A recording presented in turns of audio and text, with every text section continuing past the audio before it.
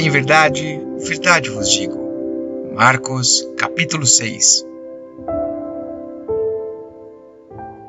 Jesus deixou essa região e voltou com seus discípulos para Nazaré, cidade onde tinha morado.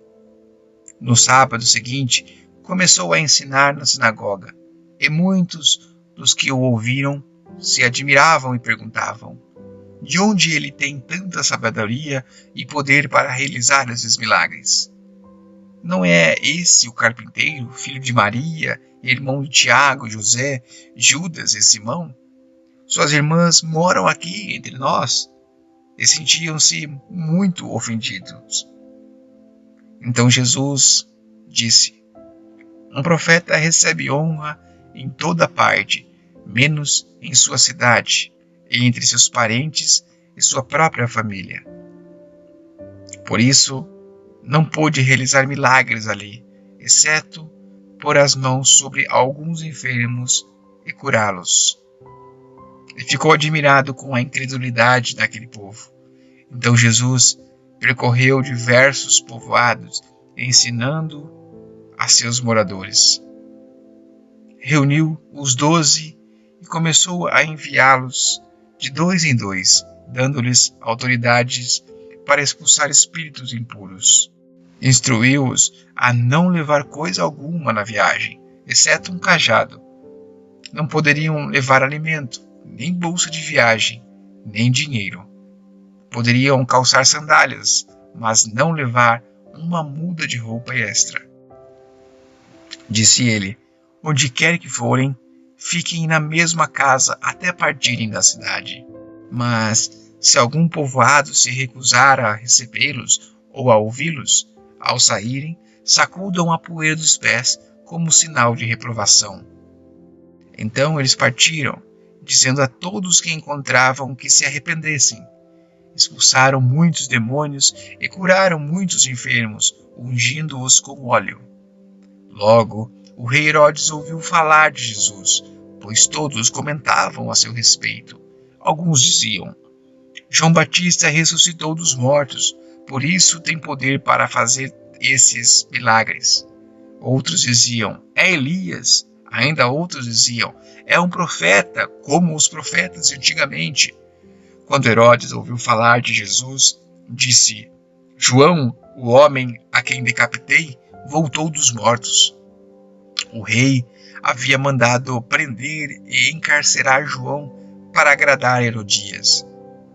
Ela era a esposa de seu irmão Filipe, mas Herodes tinha se casado com ela.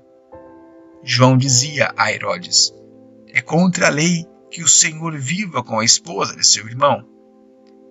Por isso, Herodias guardava rancor de João e queria matá-lo, mas não podia fazê-lo, pois Herodes o respeitava e o protegia, sabendo que ele era um homem justo e santo. Herodes ficava muito perturbado sempre que falava com João, mas mesmo assim gostava de ouvi-lo. Finalmente, no aniversário de Herodes, Herodias teve a oportunidade que procurava. Ela deu uma festa para os membros do alto escalão do governo, para seus oficiais militares e para os cidadãos mais importantes da Galileia.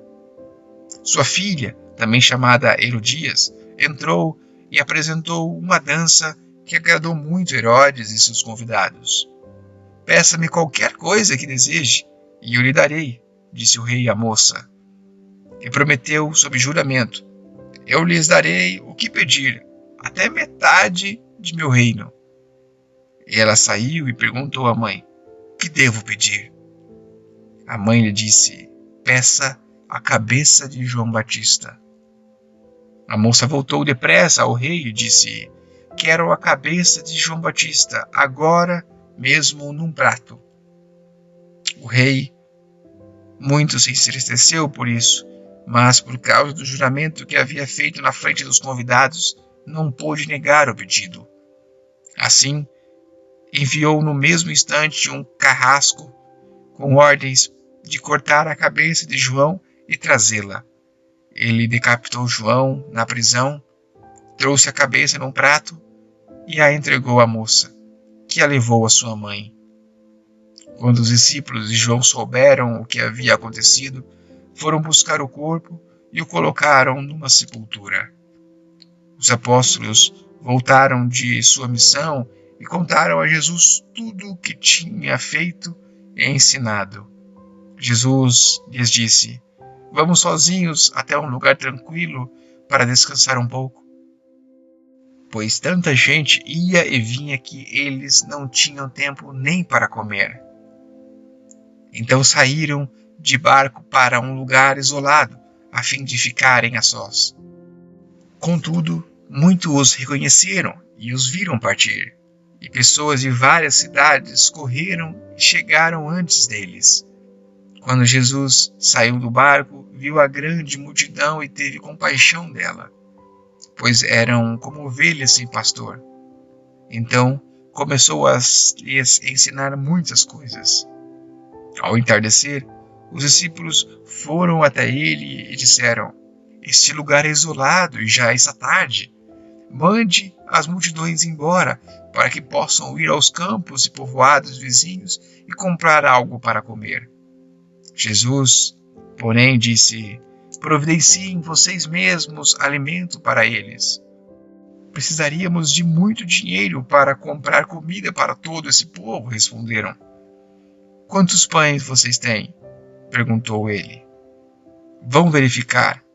Eles voltaram e informaram: 5 pães e 2 peixes. Então Jesus ordenou que fizessem a multidão sentar-se em grupos na grama verde.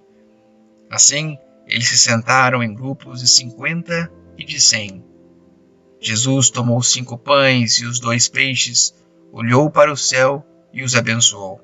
Então, à medida que ia partindo os pães, entregava-os aos discípulos para que os distribuíssem ao povo. Também dividiu os peixes para que todos recebessem uma porção.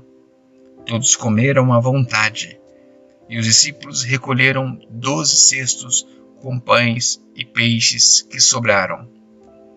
Os que comeram foram 5.000 homens. Logo em seguida, Jesus insistiu com seus discípulos que voltassem ao barco e atravessassem o mar até Betsaida, enquanto ele mandava o povo para casa. Depois de se despedir de todos, subiu sozinho ao monte para orar. Durante a noite, os discípulos estavam no barco, no meio do mar, e Jesus sozinho na terra. Ele viu que estavam em apuros, remando com força e lutando contra o vento e as ondas. Por volta das 3 da madrugada, Jesus foi até eles caminhando sobre o mar.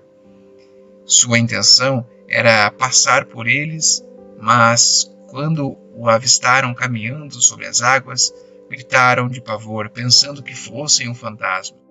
Ficaram todos aterrorizados ao vê-lo. Imediatamente, porém, Jesus lhes disse: "Não tenham medo, coragem, sou eu." Em seguida, sumiu no barco e o vento parou. Os discípulos ficaram admirados, pois ainda não tinham entendido o milagre dos pães. O coração deles estava endurecido. Depois de atravessarem o mar, chegaram a Genezaré. Levaram o barco até a margem e desceram. As pessoas reconheceram Jesus assim que o viram. Quando ouviram que Jesus estava em algum lugar, corriam por toda a região, levando os enfermos em macas para onde sabiam que ele estava.